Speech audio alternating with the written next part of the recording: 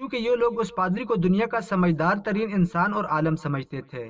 سلطان نے اپنی بات جاری رکھتے ہوئے کہا کہ اگر میں غلط ہوا تو آپ میری گردن اڑا دینا، لیکن اگر میں نے واضح دلیل سے ثابت کر دیا اور یہ سارا مجمع مان گیا تو مجھے اس کے بدلے کیا ملے گا؟ اس قبیلے کا پادری کہنے لگا کہ جو تم چاہو تمہیں وہ چیز ملے گی۔ سلطان نے کہا کہ سارا مجمع اس بات کا گواہ ہے، تم بعد میں مکر نہ جانا۔ اس پادری نے کہا اگر تم میری جان بھی مانگو گے تو وہ بھی مل جائے گی، کیونکہ تم میری 70 سالہ زندگی کے پہلے شخص ہو جس نے مجھے چیلنج کیا ہے، اور آج تک میرے سامنے کوئی بھی عالم ٹک نہیں سکا، اور میں اپنے موقف پر قائم ہوں۔ اب تم مجھے دلیل دے کر اس اتنے بڑے ہجوم کے سامنے غلط ثابت کرو۔ سلطان صلاح الدین ایوبی رحمۃ اللہ علیہ نے کہا کہ ہر وہ شخص جو فضول خرچی کرتا ہے، ایسی جگہ پر اپنی رقم خرچ کرتا ہے جہاں اس کی ضرورت نہ ہو، بلکہ عیاشی اور زنا بدکاری میں جو اپنا مال خرچ کرتا ہے، ہر ایسا شخص شیطان کا بھائی ہے۔ اس کے بعد سلطان نے کہا کہ اس مجمع میں موجود اور اس کے علاوہ پوری دنیا میں موجود ہر وہ عورت جو اپنے سر پر دوپٹہ نہ لے، بے شک وہ کوئی ضروری کام ہی کیوں نہ کر رہی ہو یا بازار میں جا رہی ہو، ہر ایسی عورت، ہر ایسی جوان لڑکی جس نے سر پر دوپٹہ نہ لیا ہو، وہ شیطان کی بیوی ہے۔ اور میری یہ بات سن کر آپ سب لوگ اندازہ لگا سکتے ہیں کہ شیطان کی کتنی بیویاں ہو سکتی ہیں۔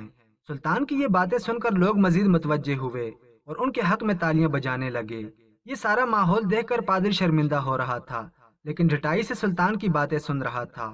پھر سلطان نے کہا کہ ہر وہ چھوٹی بڑی عمر کی عورت جو مہمان کے آنے پر منہ چڑھانے لگے، خواہ مخواہ میں بناوٹی غصہ بنا لے، اپنا رویہ بدل لے، تو ہر ایسی عورت شیطان کی ماں ہے، کیونکہ مہمان خدا کی بھیجی ہوئی ایک خاص رحمت ہے، اور جو عورت اس اللہ تعالیٰ کی بھیجی ہوئی رحمت کو زحمت سمجھے تو ہر ایسی بدبخت عورت کو شیطان اپنی ماں سمجھتا ہے۔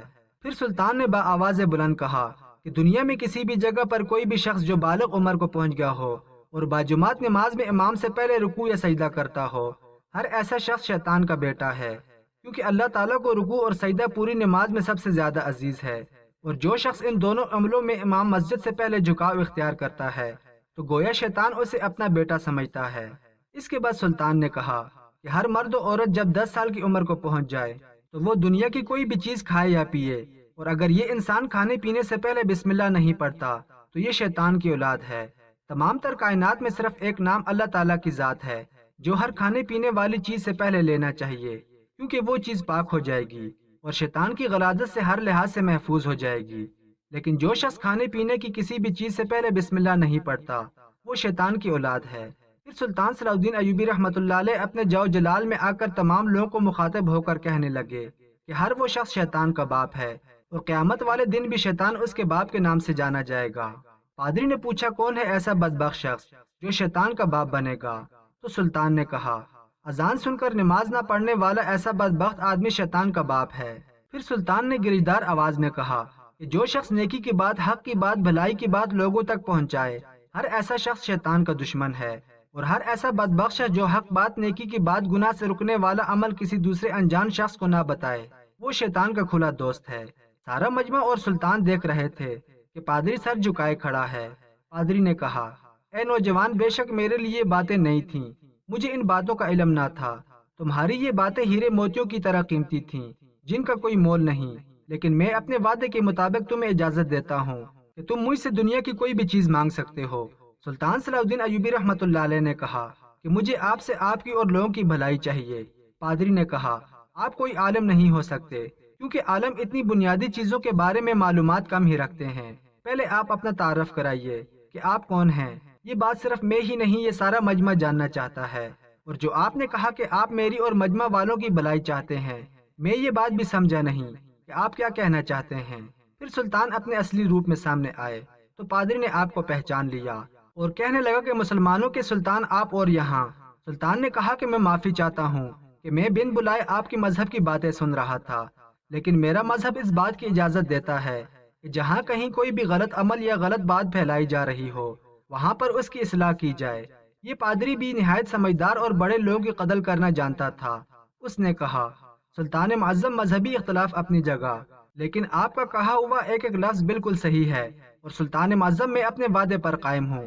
آپ جو بھی مانگنا چاہیں مانگ سکتے ہیں، لیکن اس سے پہلے میں آپ سے یہ بھی گزارش کروں گا کہ بتائیے کہ شیطان کب اور کس طرح فوت ہوگا، کیونکہ آپ کے بیان کی وجہ سے میں پہلے ہی اپنے علم میں اضافہ کر چکا ہوں۔ لیکن شیطان کی بات چل نکلی ہے تو میں اور یہ ہزاروں لوگوں کا مجمع یہ جاننا چاہتا ہے۔ سلطان صلاح الدین ایوبی رحمۃ اللہ علیہ فرمانے لگے کہ قرآن مجید میں اللہ تبارک و تعالی ارشاد فرماتا ہے کہ ہر نفس کو موت کا ذائقہ چکھنا ہے، یعنی کائنات کی ہر جاندار کے لیے اللہ پاک نے موت کا وقت اور جگہ متعین کر رکھی ہے۔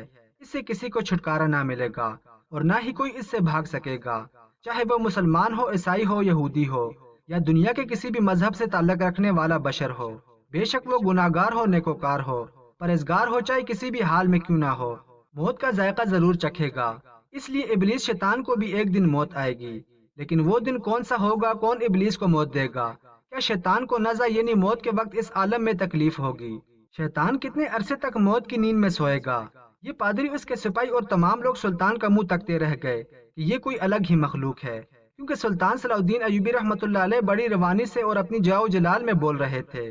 سلطان نے فرمایا کہ جب شیطان مردود کو اللہ تبارک و تعالی نے جنت سے نکال دیا تو اس نے اللہ تبارک و تعالی سے قیامت تک کے لیے مہلت مانگی کہ قیامت سے پہلے مجھے موت نہ آئے، لیکن اللہ پاک نے اسے وقت مقررہ یعنی کہ ایک خاص وقت تک مہلت دی، جسے قرآن مجید کی سورۃ الحجر میں یوں بیان فرمایا گیا ہے کہ اس نے کہا کہ اے پروردگار، لوگوں کی زندہ کیے جانے تک مجھے مہلت دے۔ اللہ تبارک و تعالی نے ارشاد فرمایا تجھے مہلت دی جاتی ہے وقت معلوم تک کے لیے۔ وقت معلوم کو مفسرین نے نفخہ اور نفخہ اولا لکھا ہے، یعنی جب اسرافیل علیہ السلام پہلی دفعہ سور پھونکیں گے، قیامت کی نشانی جب پوری ہو جائیں گی تو مومنوں کے بغلوں کے نیچے سے ایک پیاری خوشبودار ہوا گزرے گی جس سے تمام ایمان والے وفات پا جائیں گے، اور پھر اس کے بعد 40 سال بعد ایک زمانہ گزرے گا جس میں کوئی بچہ بھی پیدا نہ ہوگا، یعنی کہ ہر انسان کی عمر کم سے کم 40 سال ہوگی۔ مسلمان چونکہ مر چکے ہوں گے اس لیے زمین پر صرف مشرک اور کفار رہ جائیں گے۔ جب مومنوں کی وفات کو 40 سال گزر چکے ہوں گے تو پھر اسرافیل علیہ السلام پہلی دفعہ سور پھونکیں گے۔ شروع میں اس کی آواز نہایت حد تک کم ہوگی کہ لوگ کان لگا کر سنیں گے، پھر یہ بڑھتی بڑھتی اس قدر زیادہ ہو جائے گی کہ کانوں کے پردے پھٹ جائیں گے، ان کے نتنوں سے پیپ بہنا شروع ہو جائے گا اور لوگ مر جائیں گے، انسان، جن، فرشتے، یہاں تک کہ شیطان ابلیس کو بھی اس نفخہ اولا کے وقت موت آئے گی۔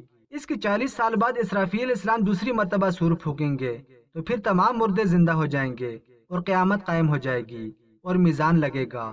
نفخہ اولا کے وقت ابلیس کو موت آئے گی اور نفخہ اولا اور نفخہ ثانیہ کے مابین 40 سال کا عرصہ ہوگا، اور یہ کہ ابلیس 40 سال تک مردہ رہے گا۔ حضرت کعب بن احبار رضی اللہ تعالی عنہ ارشاد فرماتے ہیں کہ جب اول بشر یعنی حضرت آدم علیہ السلام کی وفات کا وقت آیا تو وہ پریشان ہو گئے اور اللہ تبارک و تعالی سے عرض گزار ہوئے، اے اللہ، میری موت سے میرے ازلی دشمن بہت خوش ہوگا کیونکہ میں مرنے والا ہوں اور وہ قیامت تک زندہ رہے گا۔ اسی وقت ملک الموت حضرت آدم علیہ السلام کی خدمت میں حاضر ہوئے اور فرمایا، اے ابو الآدم، آپ علیہ السلام وفات کے بعد جنت میں رہیں گے، جبکہ ابلیس قیامت تک دنیا میں رہے گا، اور پھر قیامت سے 40 سال پہلے اس کو ایسی موت آئے گی کہ وہ پوری دنیا کے انسانوں جتنی موت کی تکلیف برداشت کرے گا، اور پھر جہنم ہی اس کا ٹھکانہ ہوگا۔ حضرت آدم علیہ السلام ملک الموت سے فرمانے لگے کہ مجھے ابلیس کی موت کا منظر بیان کرو۔ ملک الموت علیہ السلام نے ابلیس کی موت کا حال بیان کرنا شروع کیا تو وہ اتنی دردناک موت تھی کہ حضرت آدم علیہ السلام اپنے آنسوں پر قابو نہ رکھ سکے۔ اللہ تبارک و تعالی ملک الموت سے فرمائے گا کہ میرے غضب اور غصے کا لباس پہن کر جاؤ، ابلیس کی روح قبض کرو اور ابلیس سے تمام انسانوں اور جنوں سے زیادہ سختی کرنا۔ جب ملک الموت علیہ السلام غضب و غصے سے بھر کر موت کے فرشتوں کے ساتھ ابلیس کی روح کو قبض کرنے آئیں گے تو جو بھی آسمان اور زمین میں سے ان کو دیکھ لے گا وہ فوراً ہی مر جائے گا۔ جب ملک الموت علیہ السلام ابلیس کے پاس پہنچیں گے تو وہ دھاڑے مار مار کر روئے گا، پھر شیطان کو موت کی تکلیف دی جائے گی جو کہ ساری مخلوق کی موت کی تکلیف سے بھی زیادہ ہوگی۔ ابلیس گھبرا کر مشرق کی جانب بھاگے گا تو کبھی مغرب کی جانب، لیکن ہر طرف اسے اپنے سامنے ملک الموت علیہ السلام کو پائے گا۔ سمندر میں چھپنے جائے گا تو سمندر اسے جگہ نہ دے گا، آسمان کی طرف بھاگے گا تو وہاں مقررہ فرشتے اس کو آ کے کوڑے ماریں گے۔ شیطان حضرت آدم علیہ السلام کی قبر کے پاس کھڑا ہو کر کہے گا، اے آدم، تمہاری وجہ سے میں ملعون اور مردود بنا، کاش کہ تم پیدا ہی نہ ہوئے ہوتے۔ پھر ملک الموت علیہ السلام سے کہے گا، کتنی سختی اور تکلیف کے ساتھ میری جان نکالو گے؟ ملک الموت علیہ السلام فرمائیں گے، جتنے لوگ جہنم میں ہیں ان سب کی موت سے کہیں زیادہ تکلیف اور سختی کے ساتھ۔ یہ سن کر شیطان تڑپنے لگے گا اور چیختا چلاتا ادھر ادھر بھاگنے لگے گا اور اسی جگہ پہنچ جائے گا جہاں اس نے جنت سے نکلنے کے بعد پہلا قدم رکھا تھا۔ وہ جگہ آگ کے انگارے کی طرح سرخ ہوگی، زمین چنگاری کی طرح ہو جائے گی، فرشتے اس کو گھیر لیں گے اور زنبوروں اور آروں سے اس کو چیریں گے جب تک اللہ تبارک و تعالی چاہے گا۔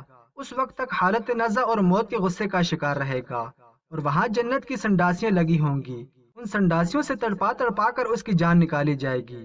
آدم اور حوا علیہ السلام سے کہا جائے گا، ذرا اپنے دشمن کو دیکھو کس طرح ذلت کے ساتھ مر رہا ہے، اور یہ دیکھ کر کہیں گے یا اللہ تو نے ہم پر اپنی نعمت مکمل فرما دی۔ انہی جہنمی گڑھوں میں ابلیس 40 سال تک مردہ رہے گا، اور یہی اس کی قبر ہوگی۔ پھر 40 سال بعد دوبارہ حضرت اسرافیل علیہ السلام سور پھونکیں گے تو تمام مردے زندہ ہو جائیں گے، اور حساب و کتاب کا عمل شروع ہو جائے گا۔ یہ بیان کرتے کرتے سلطان کی آنکھوں میں آنسو آ گئے۔ سلطان اپنی تر آنکھوں اور داڑھی کے ساتھ کہنے لگے، ڈرو اس وقت سے جب خدا نخواستہ ہمارا شمار دوزخیوں میں نہ ہو، اگر اس دن بھی اللہ ہم سے ناراض ہوا تو ہم تباہ و برباد ہو جائیں گے۔ سلطان اس پادری اور تمام مجمع سے مخاطب ہو کر بلند آواز میں جاؤ جلال کے ساتھ فرماتے ہیں کہ یہ ایک اٹل حقیقت ہے، کائنات کی ہر چیز فنا ہونے والی ہے، اگر کسی کو دوام حاصل ہے تو وہ صرف اللہ تبارک و تعالیٰ کی ذات ہے۔ بس ہمیں ہر وقت تیار رہنا چاہیے کہ کیا پتہ کہ کب کون سی گھڑی ہماری اس دنیا میں آخری گھڑی ہو، اور پھر ہمارے پاس پچھتاوے کے علاوہ کچھ باقی نہ رہے۔ سلطان کا یہ بیان سن کر تمام مجمع اور یہ پادری سب افسردہ ہو چکے تھے۔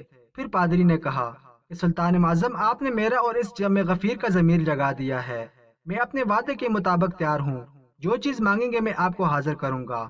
سلطان نے کہا، مجھے آپ اور اس بڑے مجمع سے کچھ نہیں چاہیے سوائے اس کے کہ آپ لوگ دائرہ اسلام میں داخل ہو کر کلمہ پڑھ لیں اور اپنے عزیز و اقارب کی دنیا و آخرت کو سنوار لیں۔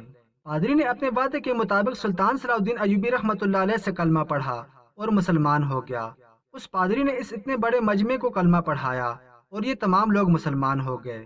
دوستو، سلطان کی دینی علم اور اسلام سے محبت اور قرآن و حدیث کی بے پناہ سمندر کی مانند علم کی وجہ سے عیسائیوں کا سردار پادری اور اتنا بڑا مجمع مسلمان ہو گیا۔ اللہ سے دعا ہے کہ ہمارا خاتمہ ایمان پر کرے اور ہمیں دنیا و آخرت میں سرخرو کرے۔